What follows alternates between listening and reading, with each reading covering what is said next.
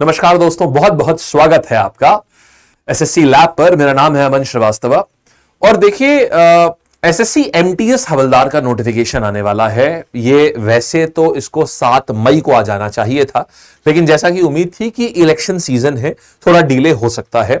और अभी रिसेंटली ही एक न्यूज़पेपर ने बताया कि भाई ये 4 तारीख के बाद इलेक्शन रिजल्ट आते ही घोषित कर दी जाएंगी एमटीएस की वैकेंसियां। तो अब ये ऑलमोस्ट कंफर्म भी है कि 4 तारीख के बाद ये नोटिस आ जाएगा।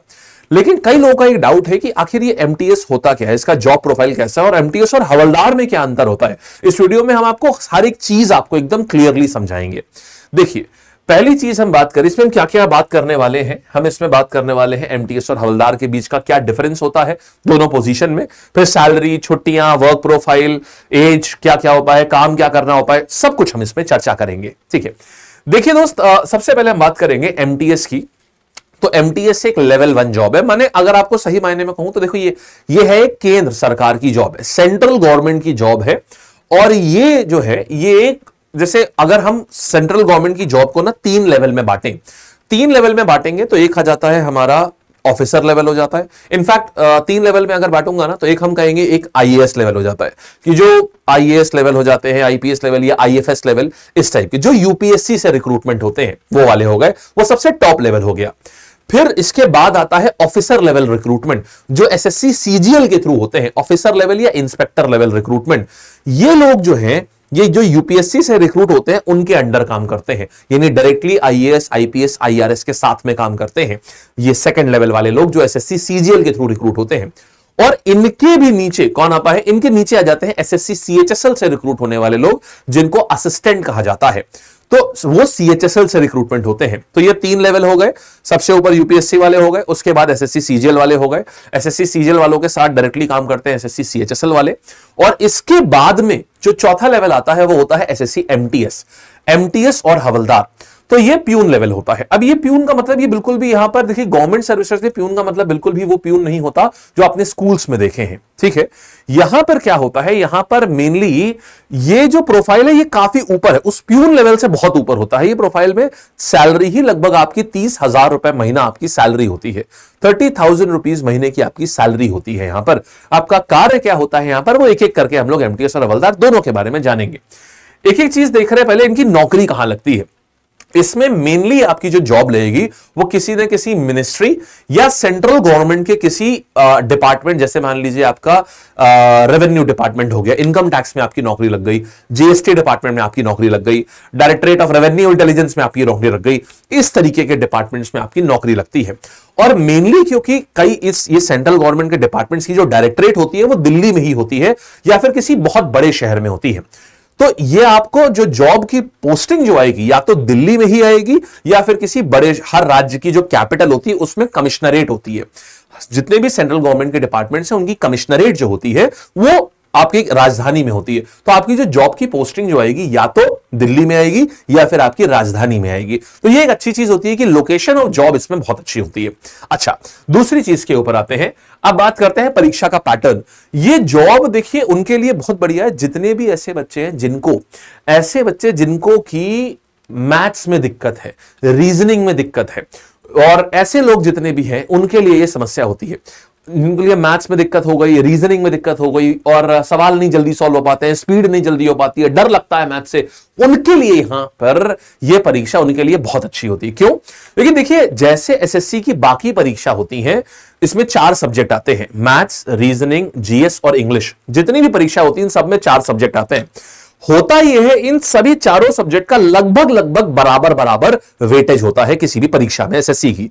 लेकिन एमटीएस इकलौती ऐसी परीक्षा है जहां पर मैथ्स और रीजनिंग ये सिर्फ क्वालिफाइंग होती है। मतलब 20 सवाल आएंगे, आप उसमें से 6 सवाल भी कर देते हो तो काम हो गया आपका, बाकी कोई दिक्कत ही नहीं है। तो आपकी, क्योंकि इसमें जो पूरी मेरिट बनती है वो बनती है जीएस और इंग्लिश से, इसमें पूरी मेरिट बनती है। जीएस और इंग्लिश के 25-25 सवाल आते हैं और मैथ्स और रीजनिंग के 20-20 सवाल आते हैं। तो 40 सवाल इधर हुए, 50 सवाल इधर हुए, कुल मिला के 90 सवाल हुए। तो 90 सवाल जब हो गए तो ये 90 क्वेश्चन इसमें कुल मिला के आते हैं, 270 नंबर के आते हैं। एक और चीज आपसे कहेंगे, आपको मजा आ जाएगा, एक और चीज आप अभी जानेंगे, आपको मजा आ जाएगा, इसमें नेगेटिव मार्किंग नहीं होती है। ठीक है, इसमें नेगेटिव मार्किंग जो है नहीं होती है, तो आप आराम से आप इसको कर सकते हैं, कोई दिक्कत नहीं आएगी आपको। अच्छा, अब दूसरी चीज समझिएगा, तो ये तो हो गया परीक्षा पैटर्न। यहां पर हमने क्या देखा कि एसएससी हवलदार में 270 अंकों की परीक्षा होती है। ये हमने पेपर कुल 90 प्रश्न होते हैं और अंक एक प्रश्न जो है वो 3 अंकों का होता है। ठीक है, अब देखिएगा, तो कंप्यूटर बेस्ड होता है सर, पेपर ऑफलाइन होता है ऑनलाइन होता है? दोस्त ये पूरा पेपर ऑनलाइन होता है, कंप्यूटर बेस्ड पैटर्न होता है ये। यहां पर आपको मैथ्स के 20 सवाल और रीजनिंग के 20 सवाल ये मिलते हैं जो कि क्वालिफाइंग होते हैं, और इसके बाद में आपको जीएस और इंग्लिश के 25-25 सवाल जिसमें आपको अच्छा स्कोर करना होता है ताकि आप बहुत अच्छे तरीके से आप यहां मेरिट में आ पाए, आप अपनी अच्छी जगह बना पाए, आप पहली बार में ही नौकरी आपकी लग पाए। तो नौकरी लगेगी इन 2 सब्जेक्ट से आपकी लगेगी। सफिशिएंट टाइम होता है यहां पर 45 मिनट का टाइम दिया जाता है, बहुत लंबा समय होता है 45 मिनट मैथ्स ये आपका जीएस और इंग्लिश करने के लिए, बहुत है इतना समय। अच्छा देखिए, इसमें क्या होता है कि इसमें आपका जो एमटीएस का काम क्या होता है और हवलदार का काम क्या होता है। देखिए, एमटीएस का काम यह रहता है कि जितने भी, जैसे मान लीजिए जो एमटीएस व्यक्ति पोस्ट हुआ, तो मान लीजिए वो किसी एडिशनल कमिश्नर या डेप्यूटी कमिश्नर के पास में अगर पोस्टेड है, तो इनकम टैक्स डिपार्टमेंट में मान लीजिए एक डेप्यूटी कमिश्नर है, तो उन डेप्यूटी कमिश्नर को हवलदार मिलता है एक, ये वर्दी वाली जॉब होती है, यानी हवलदार को प्रॉपर हवलदार की वर्दी मिलेगी। अब वो उनको असेस करना होता है, अगर कहीं पर भी वो कमिश्नर साहब, अगर कहीं इनकम टैक्स पे जो कमिश्नर है वो जहां भी मीटिंग के लिए जाएंगे तो आप भी उनके साथ में जाते हैं, उनका फाइल वर्क हैंडल करने के लिए, उनकी फाइल्स को सही तरीके से सेग्रीगेट रखने के लिए, सही तरीके से उनकी फाइल को मैनेज करने के लिए आप उनके साथ साथ जाते हैं, आप उनके तो। और अगर जब तक कमिश्नर साहब ऑफिस में है तो आप भी ऑफिस में रहते हैं उनके साथ में। ये प्रॉपर 10 बजे से शाम 6 बजे तक की जॉब है। आप आराम से, इसमें बहुत ज्यादा काम नहीं होता, इसमें आप कहा जाए तो इकलौती जॉब है एसएससी सीजीएल की जिसमें आप बैठ करके पढ़ भी सकते हैं ऑफिस में ही। और दूसरा क्या, बहुत ज्यादा काम नहीं रहता है इसमें, और मेनली आपके अच्छे शहरों में ही नौकरी लगेगी। अगर आप चाहे एमटीएस है चाहे हवलदार है, एमटीएस है तो आपको किसी के साथ नहीं, आपको किसी कमिश्नर को नहीं सौंपा जाएगा। आप अगर एमटीएस के तौर पर आपकी नौकरी लगी है तो आप एक किसी डिपार्टमेंट में बैठेंगे, आपका एक प्रॉपर डेस्क और टेबल, डेस्क और चेयर होगा, आपका अपना एक काम होगा कि भाई आपको सारी फाइलों को आपको अरेंज करके रखना है सही प्रकार से, जिस केस की जो फाइलें हैं आपको उनको मैनेज करके रखना है। कई जगह पर डेटा एंट्री के लिए भी लगाया जाता है कि भाई जो डेटा है उन फाइलों में उसको एंटर किया जाए, वो आपको काम दिया जाता है। और अगर आप हवलदार के पोस्ट पे सेलेक्ट हुए हैं तो उसमें क्या रहेगा, आपको जो भी कमिश्नर साहब जहां जहां जा रहे हैं उनके साथ में भी आपको जाना पड़ता है। एक आप सिक्योरिटी कह लें, लेकिन सिक्योरिटी रिस्क तो वैसे उनको होता नहीं है, फिर भी एक सरकार ने एक आदमी कमिश्नर साहब को दिया हुआ है, काइंड ऑफ एन असिस्टेंट। आप आईआरएस के असिस्टेंट होते हैं एक प्रकार से, ठीक है, पर्सनल असिस्टेंट कह सकते हैं एक प्रकार से। आप आईआरएस, जो इंडियन रेवेन्यू सर्विसेज वाले जो लोग होते हैं, इनके आप पर्सनल असिस्टेंट होते हैं एक प्रकार से, ठीक है, सेक्रेटरी जिसको कह सकते हैं। तो ये है, आपको लर्निंग अच्छी मिलती है, आपको हर समय कुछ ना कुछ, क्योंकि आपका उठना बैठना जिन लोगों के साथ हो रहा है वो आईएएस, आईआरएस, अंडर सेक्रेटरी इसी लेवल के लोग हैं, वो लोग जिनके साथ आपका उठना बैठना हो रहा है। सीनियर आईएएस ऑफिशियल्स, ब्यूरोक्रेट्स, इनके साथ उठना बैठना होता है। एक अच्छी बात यह है इस जॉब की कि शनिवार इतवार इसमें छुट्टी होती है, तो आपको ऐसा कोई लोड नहीं लेना है कि भाई शनिवार इतवार भी मुझे जॉब ऑफिस में जाना पड़ेगा। मंडे टू फ्राइडे 10 बजे से 6 बजे तक की नौकरी है, उसके पहले पढ़िए, 10 के पहले, 6 बजे के बाद पढ़िए आराम से, और सैटरडे संडे आपकी यहां पर छुट्टी होती है, आप फिर पढ़िए आराम से। तो जिस भी बच्चे को आगे तैयारी करनी होती है उनके लिए बहुत अच्छा होता है। तनख्वाह की बात करें तो लगभग इसमें 28 से 30 हजार रुपए की डिपेंड करता है, 28 से वैसे 32 हजार तक इसमें तनख्वाह होती है। दोनों हवलदार और इनकी सेम होती है तनख्वाह। इसमें आपको डिपेंड करता है कि शहर में, अगर आप मान लीजिए किसी छोटी राजधानी में है, जैसे मान लीजिए आप छोटी राजधानी का मतलब आप ऐसा कह लें कि जैसे मान लीजिए एक आप बिहार की राजधानी में है तो हो सकता है सैलरी आपकी 29,000 हो, लेकिन अगर आप दिल्ली में है तो सैलरी 32,000 होगी, ठीक है, ये रहता है। बात करेंगे क्या सर फिजिकल भी होता है हवलदार में? देखिए हवलदार में फिजिकल के नाम पर सिर्फ वॉकिंग होती है और कुछ नहीं होता है, आपको सिर्फ पैदल चलना होता है। देखिएगा, तो यहां पर वॉकिंग होती है, पुरुषों को 1.5 किलोमीटर लगभग चलना होता है 15 मिनट में, महिलाओं को 20 मिनट में 1 किलोमीटर चलना होता है। तो 1 किलोमीटर चलेंगी लड़कियां जो हैं वो 1 किलोमीटर चलेंगी 20 मिनट में, और पुरुषों की बात करें तो 1600 मीटर, लगभग मोटा मोटा 1.5 किलोमीटर जो है 1.6 किलोमीटर 15 मिनट में। ये कोई दिक्कत नहीं आती, बहुत आराम से वॉकिंग का इसमें एग्जाम क्लियर हो जाता है, इसमें आपको प्रैक्टिस भी नहीं करनी होती, हर कोई इतनी वॉकिंग कर लेता है। इसके अलावा इसमें कोई रनिंग वनिंग कुछ नहीं होता। मेडिकल होता है, वो भी बेसिक मेडिकल, जो कि हर गवर्नमेंट जॉब में जाने से पहले जो मेडिकल होता है बस वही नॉर्मल मेडिकल होता है और कोई दिक्कत नहीं आती।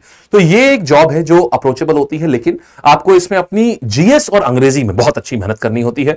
इसके लिए आपको क्या करना है, आप निश्चिंत रहेंगे, जैसे हमेशा ही हम आपको तैयारी कराते आए हैं वैसे ही हम आपको तैयारी इस बार भी कराएंगे। जैसे हमेशा इतने सारे लर्नर सेलेक्ट होते हैं और अपना फिर मैसेज भेजते हैं, मिठाई खिलाते हैं, वैसे ही आपकी भी मिठाई हम खाएंगे, इसलिए निश्चिंत रहिए। और एमटीएस से रिलेटेड जितने भी प्रीवियस ईयर पेपर हैं, ये सारे पेपर्स वगैरह, प्रीवियस ईयर पेपर हो गए, इसका सिलेबस हो गया, ये सब हमने आपको एप्लीकेशन पर अवेलेबल करवाया है। आप लोग इसको आराम से, इसको आप लोग जाकर के वहां देखिए, और आप पूरा फ्री है, सबके लिए फ्री है। आप लोग फ्री टेस्ट भी दे सकते हैं, फ्री सिलेबस भी डाउनलोड कर सकते हैं। आप लोग प्रीवियस ईयर पेपर भी आपके लिए लैब की ऐप के ऊपर फ्री है, नीचे डिस्क्रिप्शन में दिया हुआ है लैब की ऐप का लिंक, आप वहां पर जाकर के आराम से देखिए, आपको वो भी चीजें मिल जाएंगी। ठीक है, तो ये सभी चीजें जो है ये आप आराम से मैनेज कर सकते हैं। इसको आप करिए, बहुत बढ़िया तरीके से आप तैयारी करिए। फॉर्म इसका आने ही वाला है, 5-6 तारीख में इसका फॉर्म आ जाएगा। फॉर्म भरिए और जम के तैयारी करिए, 2 महीने बाद इसका पेपर भी हो जाएगा इसका। ठीक है, और एक प्रतिष्ठित सरकारी नौकरी जो है ये आपकी हो सकती है। ठीक, चलिए बहुत बहुत धन्यवाद, और बढ़िया लगा होगा आपको देख करके, आपको एक जानकारी आपको क्लियर हुई होगी कि आखिर पोस्ट होती क्या है, क्या डिफरेंस होता है पोस्ट में दोनों में। एंड बाकी आपको कोई भी डाउट हो तो आप नीचे कमेंट सेक्शन में आप हमको बता सकते हैं। जी धन्यवाद।